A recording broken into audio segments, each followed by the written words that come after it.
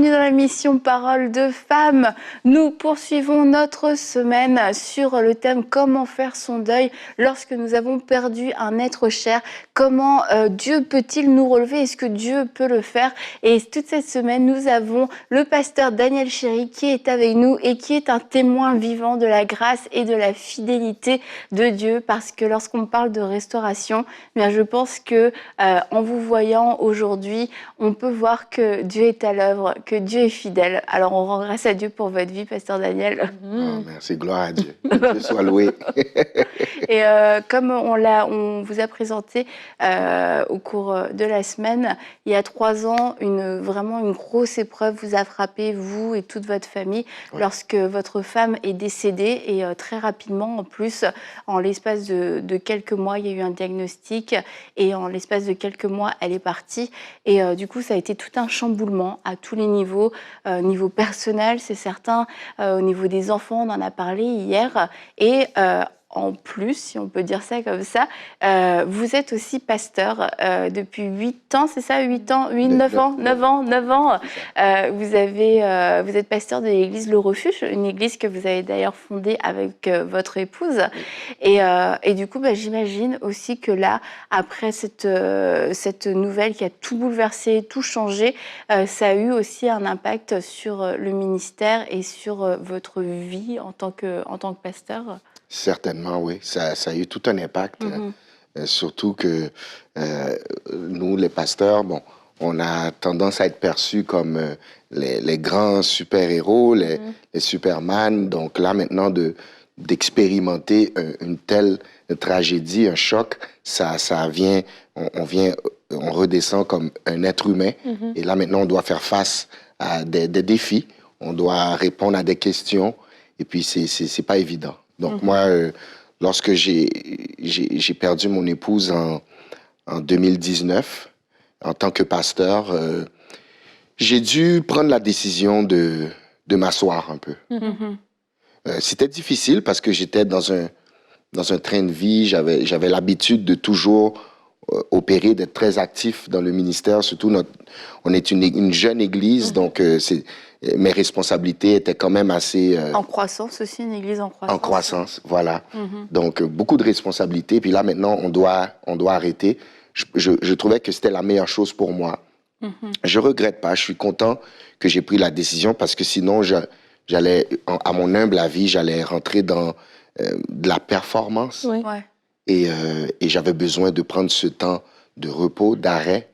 J'avais, par la grâce de Dieu, à Montréal, j'avais plusieurs collègues qui pouvaient m'aider, qui ont été d'un support extraordinaire pendant ce temps que j'ai arrêté, pendant environ 6 mois que j'ai arrêté. Pendant 6 mois, vous avez continué d'aller à l'église, oui. Mais vous y alliez pour recevoir. Pour recevoir. J'allais simplement en tant que simple membre de l'église et puis en tant que chrétien. C'était très bizarre. Ouais. C'était vraiment bizarre. D'habitude, c'est toujours moi qui est en avant et puis tout ça. Donc, c'est sûr que quand il fallait présenter le serviteur de Dieu, oui, j'allais sur la chaire pour présenter la personne, mais en général, j'étais assis tout le long. J'étais assis tout le long en train de recevoir, regarder ce qui se passait autour de moi, puis en même temps, me mettre dans une position de simplement d'humilité pour recevoir le ministère. Donc, c'était tout un défi. J'avais déjà été dans cette position auparavant parce que j'ai pas toujours été pasteur, donc j'évoluais dans l'église locale en général, donc je me suis retrouvé un peu dans cette même position qu'avant. Sauf que là, vous étiez pasteur, c'était dans votre église. Dans l'église, ouais. Et c'était un choix personnel de prendre ce temps de 6 mois ou c'est quelque chose qui vous avait été conseillé?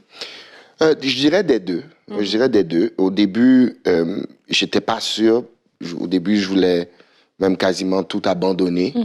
Mais après ça, j'ai dit, j'ai été demander conseil, puis on m'a suggéré, on m'a dit justement ce que tu avais comme idée de prendre ton temps, c'est une bonne idée. Okay. Et on va t'accompagner là-dedans. Donc, c'est là que j'ai eu des collègues qui m'ont aidé. Donc, oui, c'était une décision personnelle. Je trouvais que j'avais besoin d'être restauré. Je trouvais que j'avais besoin d'avoir quelques réponses avant de continuer. D'ailleurs, j'étais même pas sûr si j'allais continuer. En plus de ça, il y avait il y a des rumeurs, il y a toutes sortes de choses que les gens vont dire. Donc, c'est pas évident, là, comme tu es dans un deuil, tu es pasteur, et puis en même temps, qu'est-ce que je fais? Je continue, j'arrête. Donc, je trouvais que arrêter, c'était la meilleure chose pour moi, pour me ressourcer également. J'avais besoin de me faire ressourcer. J'avais besoin de ce temps où j'avais pas à préparer un sermon, j'avais pas à préparer une étude biblique, mais de simplement apprendre maintenant à lire la Bible pour mon contexte. C'est pas des choses qu'on fait pas en tant que pasteur. Je pense qu'en tant que pasteur, on doit prêcher notre vie, mais on peut facilement tomber dans l'habitude, la performance, et puis... Dans tout le temps, cette habitude de donner, puis même dans sa vie personnelle, tomber dans ça. Je médite pour un message, je prie pour un message, et puis on se rend compte quand il n'y a plus le ministère, pour une raison ou une autre, mais que quelquefois ça impacte notre relation avec Dieu, parce qu'on se dit finalement le ministère et le faire prenait énormément de place dans notre vie, dans notre relation avec Dieu. Et comment est-ce que les gens autour de vous, pas les gens autour de vous, mais les brebis, comment elles ont vécu ça, de vous voir assis pendant 6 mois? C'était spécial. C'était spécial parce qu'ils n'étaient pas habitués. Et puis de voir que, OK, il vient, c'est comme si il y avait comme un peu ce malaise, parce qu'on est habitué de me voir en avant, mais là maintenant, je m'assois comme tout le monde dans l'assemblée. Je suis dans la louange et l'adoration, j'écoute le message, je prends des notes, donc, c'était un peu spécial pour l'Assemblée, mais je pense que notre Assemblée s'est bien adaptée là-dessus. Ouais, ils m'ont supporté aussi. Donc, c'était spécial ce moment-là. Mais j'en avais tellement de besoin. Et est-ce que c'était quelque chose de nouveau pour vous à cause de la nécessité, vu la situation, d'aller chercher de l'aide, de se faire soutenir, conseiller, ou c'était déjà quelque chose que vous aviez mis en place avant dans votre vie, de vous entourer, puis d'avoir peut-être des aînés, des pères, etc.? C'était quelque chose que j'avais l'habitude. J'avais déjà des pères qui ont toujours été autour de moi. Ça, pour moi, c'est très important dans le ministère. Mais ce qui était spécial, c'est que là, maintenant, je me retrouvais pas avec des conseils pour comment faire le ministère, mais là, maintenant, c'était rendu des conseils pour ma vie. C'est ça. Là, maintenant, OK, j'avais des pères ou des gens qui me faisaient le ministère, mais pour moi. Puis ça, c'était nouveau. C'était nouveau. C'était nouveau. En tant que pasteur, j'avais jamais vraiment eu ça. C'était plus des conseils avant, c'était pour le ministère. C'était toujours... Mais là, maintenant, c'était pour moi. Ce qui m'a emmené également à faire une nouvelle recherche des Écritures par rapport à moi, par rapport à mon contexte. Donc, toutes mes méditations de la parole, mes études, mes temps de prière, c'était plus pour avoir à la chasse d'un sermon. Mais c'était plutôt, là maintenant, c'est pour ton âme. C'est pour toi. Et c'est dans ce sens-là que ça m'a fait beaucoup, beaucoup, beaucoup de bien. J'ai réalisé. Il y a même un serviteur de Dieu qui m'avait dit, il m'a dit, Daniel, tu vas voir, à travers ton deuil, tu vas réaliser que ta théologie va changer. Tu vas avoir une nouvelle perspective de Dieu. C'est pas que celle que j'avais n'était pas bonne, mais c'est juste qu'elle était peut-être incomplète. Voilà. Donc là, j'ai appris des nouvelles choses avec Dieu, puis comprendre que la vie n'est pas sucrée seulement, mais c'est sucré-salé. Et puis là, maintenant, on doit étudier, puis accepter ça, puis laisser le Saint-Esprit faire le travail dans notre cœur pour ça. Donc, ouais. Moi, j'ai bien aimé ce que vous dites, le fait que vous avez pris le temps de vous arrêter. Je crois que c'est déjà un courage que ça prend, que nous-mêmes, en tant que serviteurs de Dieu, on puisse le faire. Parce que, comme vous dites, les gens ont une perception. Et la perception que le pasteur, c'est un super-homme, ben c'est sûr, c'est lui qui nous nourrit, c'est lui qui a des révélations beaucoup plus avancées peut-être que nous, ou bien en tout cas, qui nous explique des Écritures, etc. On a comme l'impression qu'il y a une ligne directe avec le ciel que nous n'avons pas. Et je crois qu'en tant que pasteur, lorsque ce geste que vous avez fait, je crois que ça enseigne aussi les gens pour dire que oui, c'est aussi un enfant de Dieu. Et ça amène une compassion peut-être que naturellement, on n'aurait pas pu avoir en se disant, bon, il n'a pas besoin. il est parfait, il connaît tout. Mais là, de vous voir vous asseoir, ça amène une compassion, ça amène un autre regard. Et moi, je me rappelle, on en parlait avant le début d'émission d'une dame qui est dans le ministère ici, à Montréal, qui, elle, avait vécu un deuil. Et quand elle avait repris, comment c'était dur. Des fois, elle arrivait pas à terminer son message parce que, toi, il y avait la douleur qui était encore là. Et ce qui était beau, c'est que à ce moment-là, les brebis sont pas des brebis, on est des frères et sœurs dans le Seigneur. Ouais. À la fin de la journée, on est des frères et sœurs. Oui, certaines personnes ont un mandat, ont un appel, ont un ministère, mais à la base, on est des frères et sœurs dans le Seigneur. Et ça faisait que les gens pouvaient se rallier pour prier pour elle, pour l'encourager, ou tout simplement lui donner cet espace-là, en fait. Et ça, je crois que c'est bon que ce que vous racontez, ça peut peut-être aider d'autres personnes. Peut-être que pour vous, peut-être les gens à la maison, ce ne serait pas un pasteur, mais peut-être une maman qui vit quelque chose de difficile, ou quelqu'un qu'on a estimé, vraiment, on a mis en haute estime. Mais c'est important de comprendre que les gens sont des humains. Et quand on voit justement la personne dans ces temps plus faibles, dans ces temps plus vulnérables, c'est une occasion, c'est une main qui nous est tendue à nous pour aller vers la personne, pour être juste, OK, on te donne ton temps. Prends le temps qu'il te faut.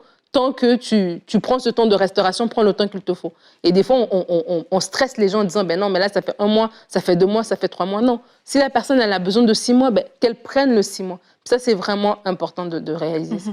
Surtout dans le cadre de l'Église et du pastorat, parce que, comme vous le disiez, on a l'habitude de voir les pasteurs, c'est eux qui donnent, c'est eux qui consolent, c'est eux qui relèvent, et on les voit tout le temps dans ce cadre-là.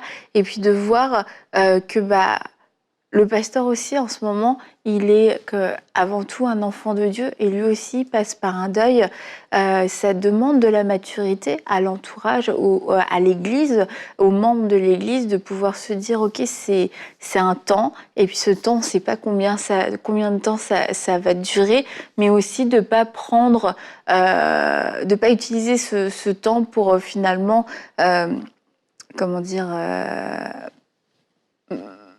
profiter, en fait. Profiter de la vulnérabilité du pasteur pour prendre certaines positions, etc. Et pourquoi je dis ça? Parce que je crois que pour beaucoup de ministères, de serviteurs, c'est difficile d'être vulnérable dans leur église, alors même qu'ils passent par des épreuves, parce qu'ils ne sentent pas la sécurité de pouvoir l'être. Et en tant que membre de l'église, faisons cet examen de notre cœur en disant, est-ce que je peux être un soutien, quelqu'un qui a de bonnes motivations, quelqu'un qui peut être là sans profiter de la faiblesse des autres et offrir à mon niveau, en tout cas, l'environnement sécuritaire pour que les autres puissent exprimer leur vulnérabilité, et aussi dans le cadre d'une église, parce que on le disait dans les premières émissions, en tant qu'homme, ça peut être très tentant de se renfermer, mais en plus, on rajoute à ça le ministère pastoral où on est public, où les gens ont une attente.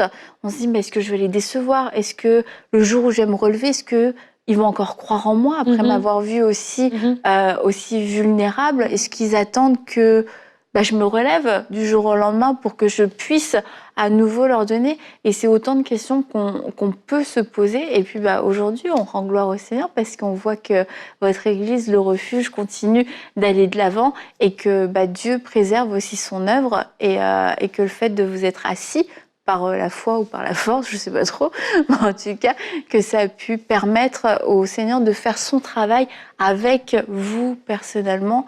Et encore une fois, votre entourage a été un bel entourage. Oui, certainement. Mais à force d'en parler, ça me revient encore un peu plus en tête. En tant que pasteur, j'avais vraiment, vraiment besoin de me ressourcer. Là, je suis dans un moment de faiblesse, puis ça me rappelle un peu Élie, le prophète Élie, qui, à un moment donné, était dans son moment de faiblesse. Puis il a dû se retirer. Moi, c'était un peu ma manière c'est pas de disparaître, mais de retirer, de me retirer du ministère, puis aller chercher de la force. Élie, si je me trompe pas, c'est dans 1 Roi 19, la Bible va nous dire que dans son moment de faiblesse, il s'est retiré, et puis il s'est retrouvé il a mangé 2 fois. L'ange lui a donné de la nourriture à 2 reprises. Et puis moi, pour moi, j'avais besoin de ce temps-là pour avoir de la nourriture spirituelle pour mon contexte. La nourriture spirituelle Élie a mangé 2 fois. moi, je pense, à mon œuvre La Vie, peut-être que c'est une interprétation. Il peut avoir été nourri une première fois pour son passé, puis une nourriture spirituelle pour son futur. Donc, au début de mon deuil, j'avais besoin d'une nourriture pour m'aider à passer à travers le passé douloureux, les derniers mois que j'avais eus, qui étaient atroces, qui étaient pénibles. Et cette fatigue spirituelle, cette fatigue physique aussi, elle était présente. Et m'asseoir, recevoir, et ne pas avoir de responsabilité, ne pas avoir à me stresser avec des réunions par-ci, par-là, c'était fondamental et ça m'a aidé. Et après ça, maintenant, quand je suis revenu dans le ministère, là maintenant, après quelques mois, là maintenant, c'était plus une nourriture spirituelle que le Seigneur me donnait par rapport à mon futur, par rapport à quoi faire. Je pense dans la première émission, je parlais de la question dangereuse du pourquoi. Et puis, moi, ce que j'ai fait, c'est que j'ai changé le pourquoi en quoi. Quoi faire. Je me souviens, le pasteur qui me suivait au début de mon deuil, qui m'aidait dans la relation d'aide, me disait, Daniel, arrête de te dire pourquoi. Et dis maintenant quoi. Pas pourquoi ma femme est décédée, pourquoi je suis un pasteur qui est présentement sans épouse, pourquoi mes enfants vont se retrouver sans maman. Mais quoi faire maintenant en tant que pasteur? Quoi faire maintenant que tu es veuf? Quoi faire avec les enfants pendant que tu es seul avec eux? Donc j'ai comme un peu changé le pourquoi en quoi. Et là maintenant ça donne un peu plus d'espoir. Il y a comme comme on disait dans les émissions précédentes, une nouvelle mission, une nouvelle vision. Et, mais ça n'aurait jamais pu prendre sa place si je n'avais pas pris le temps avant tout de m'asseoir et de recevoir et de prendre la nourriture spirituelle pour m'aider par rapport à mon passé, par rapport aux dernières semaines, aux derniers mois qui étaient tellement, tellement difficiles. Ouais. Et au bout de 6 mois, en fait, qu'est-ce qui s'est passé pour que vous puissiez reprendre? Imaginez-vous, c'est un serviteur de Dieu qui m'a appelé, un pasteur qui faisait une conférence à son église. Et puis, il m'a appelé pour me dire il me disait, pasteur, je sens dans mon cœur que c'est toi qui vas être le conférencier de notre semaine. Il connaissait la situation? Il connaissait la situation. Et je me rappelle, il me parlait même, quand il m'expliquait le processus, il en avait parlé avec sa femme, et sa femme me disait, mais comment tu vas demander à Daniel? Tu sais qu'il est dans un deuil. Mais il disait, mais j'ai cette conviction que c'est lui qui doit le faire. Et ça a été un point tournant, parce que quand il m'a appelé, je vous avoue que j'étais un peu mal à l'aise. Je disais, est-ce que tu es sûr? Est-ce que tu te rappelles? Je pense que tu es au courant. Il était même dans l'enterrement, donc. Mais j'ai dit, OK, je l'ai fait par simple... J'ai juste obéi. Et ça m'a aidé. Ça m'a aidé. Ça m'a aidé. C'était comme un peu le processus d'une roue qui est un peu rouillée. Puis après ça, là, maintenant, on y va. Et puis, une des choses que j'ai compris dans cette période-là, c'est que ça m'a rappelé un peu dans le temps, je faisais beaucoup de sport quand j'étais plus jeune. J'étais très impliqué dans le soccer. Et puis, je me souviens dans mon équipe, il y avait un joueur qui était avec nous, mais qui était beaucoup plus vieux que nous. Et puis, à un moment donné, il a pris sa retraite. Il a pris sa retraite et puis, c'était un coéquipier qui était quand même assez important. Et puis, il a arrêté de jouer. Et je me suis souvenu que c'est pas parce que lui, il était parti à la retraite que l'équipe devait arrêter. Le jeu doit continuer.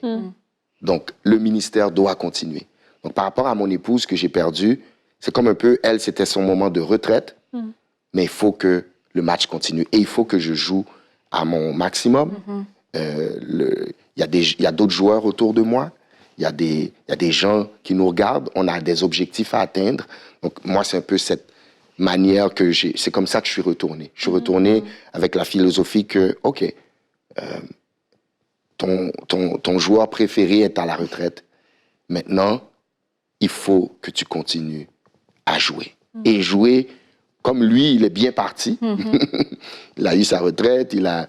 Jouer encore mieux. Oh oui, là, il faut que je joue bien. Et je fais le parallèle par rapport à mon service en tant que pasteur. Et ça a été difficile de reprendre. Il y a eu la conférence, mais est-ce qu'après, ça a été difficile de reprendre cette place de pasteur dans l'Église à tous les niveaux, au niveau de la responsabilité, du poids, de la pression, etc., le regard des autres aussi? Je pense que c'est tellement important d'avoir une très bonne équipe dans le ministère. Moi, je pense que ça a été vraiment très important dans cette période de deuil. J'avais une équipe formidable qui m'ont vraiment bien accompagné. Donc, mon retour était un retour progressif. OK. Et ça m'a permis de vraiment entrer au fur et à mesure pour pas que ça soit non plus trop encombrant. Et puis, je pourrais vous dire que c'est à partir de là que j'ai commencé à entendre le Saint-Esprit dans un autre niveau. Les moments de repos que j'avais pris m'ont permis de mieux entendre la voix du Saint-Esprit. Et le ministère a juste évolué jusqu'à maintenant, vraiment de gloire en gloire, de gloire en gloire, de progrès en progrès. Ouais. Est-ce que quand vous étiez dans votre temps d'arrêt, vous avez dit oui, vous avez pris votre courage à deux mains en réalisant que non, j'ai besoin de m'asseoir, mais est-ce qu'à un moment donné, pendant ce temps, vous avez eu la pensée, ou peut-être indirectement, vous avez eu cette pensée vers vous que il faut retourner, sinon le train va passer sans moi, sinon l'équipe va continuer et puis je vais rester pour toujours sur le côté? Ou bien vous étiez vraiment confiant que quand ce sera le temps, vous allez retourner, vous allez pouvoir reprendre votre équipe en main, que ce ne sera pas quelqu'un d'autre, ou bien les gens vous auront oublié? Est-ce qu'il y avait cette pensée-là? C'est une pensée qui était même encore plus Forte. Je voulais juste abandonner. Je voulais juste abandonner. Je me demandais est-ce que j'allais revenir même. Okay. Donc, j'étais pas dans une logique de préparation pour mieux revenir. Okay. J'étais en mode survie. J'étais comme, ah mon Dieu, est-ce que je vais continuer le ministère? Puis à un moment donné, j'ai dit, je pense que ça va être terminé. Et puis c'est au fur et à mesure que ce temps-là m'a permis de voir que non, c'est pas terminé. Et puis ça m'a permis aussi d'accepter que c'est pas terminé. Ça m'a permis de voir que, OK, ça va continuer. J'aime dire, à l'Église, j'explique, de gloire en gloire. Mais des fois, on oublie le « en ». On est dans une gloire, le « en » peut dire que tu recules en arrière. Un peu comme le principe du tir à l'arc. Pour que la flèche puisse aller loin, parfois, il faut qu'elle soit tirée très en arrière. Et c'est toutes ces genres de paroles que le Saint-Esprit me donnait qui me faisaient voir que, OK, mais c'est pas terminé. OK, Daniel, tu vas revenir. Mais au début, je pensais que c'était fini. Ouais. Est-ce que les gens avaient hâte quand vous avez repris Est-ce que vous avez dit, OK, c'est mon premier dimanche, vous êtes revenu, vous avez dit progressivement, mais la première fois, quand vous avez prêché de nouveau, comment c'était? Les gens me demandaient. Ils disaient, pasteur, c'est quand tu vas revenir? Et puis, je disais, bon, ça s'en vient, ça s'en vient. Puis, on l'a annoncé un peu avant. Et puis, c'est sûr que le peuple était vraiment content. C'était très encourageant. Ouais. En même temps aussi, j'étais dans toutes mes émotions aussi. Mais vraiment, ça s'est fait de manière vraiment progressive, mais en même temps, il y avait une équipe derrière. C'est pour ça que je dis l'équipe est tellement importante. Oui. L'équipe en arrière, elle m'a bien suivi. Elle a comme un peu préparé tout ça. Et puis, les autres, ils le faisaient par la foi. Parce que pour eux, ils se disent, mais il va revenir. Mais moi, dans ma tête, moi, je suis dans... Non, je vais abandonner, moi. Ouais. Je vais abandonner parce que, je sais pas, je pense pas que... Je n'étais pas sûr que ça allait aller comme ça. Ouais. Est-ce qu'on peut terminer cette émission en priant pour toutes les personnes qui servent, les personnes qui sont dans le ministère et qui passent à travers une épreuve, pas forcément un deuil, mais vraiment une épreuve qui les a secoués au point où aujourd'hui ils se disent, moi j'ai envie d'arrêter comme vous dites, je suis pas sûre qu'il y ait un espoir, mais Dieu l'a fait. Amen, amen, certainement, certainement. Alléluia. Admirable Père, aujourd'hui, Seigneur, nous approchons le trône de la grâce afin d'obtenir miséricorde pour être secourus dans nos besoins. Seigneur, nous venons devant toi, Seigneur, pour ces hommes et ces femmes qui sont sur le point d'abandonner ou bien qui ont dit non, c'est terminé, qui ont dit que la la course est terminée. Seigneur, nous prions aujourd'hui que tu puisses donner un regain de vie. Seigneur, que celui qui était complètement par terre, que tu puisses injecter en lui une force, Seigneur, la force du Saint-Esprit, la joie du Saint-Esprit, Seigneur, pour qu'il puisse se relever. Tu as dit, Seigneur, que dans ta parole, que le juste tombe, mais il va se relever. Et nous prions aujourd'hui, Seigneur, que tu puisses se relever. Nos frères et nos sœurs, Seigneur, qui nous écoutent aujourd'hui, qui sont complètement par terre. Seigneur, tu nous donnes, Seigneur, aujourd'hui cette force dans le nom de Jésus, cette force pour nous relever. Il y a quelqu'un qui était par terre, il y a un mariage peut-être qui était par terre, il y a peut-être une entreprise ou bien une personne qui était complètement à terre à cause d'un deuil. Dans le nom de Jésus, nous prions que l'esprit de résurrection puisse relever cet individu, relever cet homme, relever cette femme, et que on puisse reprendre vie dans le nom de Jésus, que l'esprit de vie puisse nous permettre de reprendre la vie, Père. Et nous prions, Seigneur, pour une restauration totale, une restauration complète, Seigneur. Nous prions même que l'état que nous allons avoir après ce deuil, après cette tristesse, Seigneur, soit un état qui soit encore même plus glorieux. Je prie même que ceux et celles qui nous regardent aujourd'hui puissent arriver dans une dimension où ce que les hommes vont dire, « Waouh, qui a fait ça dans ta vie ?» Nous le déclarons cet après-midi ou ce soir, ou peu importe lorsque on regardera cette émission. Nous le déclarons sur nos vies, dans le précieux et dans le puissant nom de Jésus que nous avons prié. Amen. Amen. Amen. Amen. Amen. Merci beaucoup, Pasteur Daniel. Alors vraiment, soyez encouragés, vous qui étiez dans ces pensées, je pense que je vais arrêter. Ce n'est pas le moment d'arrêter. Dieu a encore des projets pour vous. Il y a encore des jours de service remplis de joie et remplis de bonheur. Et c'est peut-être des mots qui aujourd'hui vous font quasiment peur ou qui appartiennent au passé.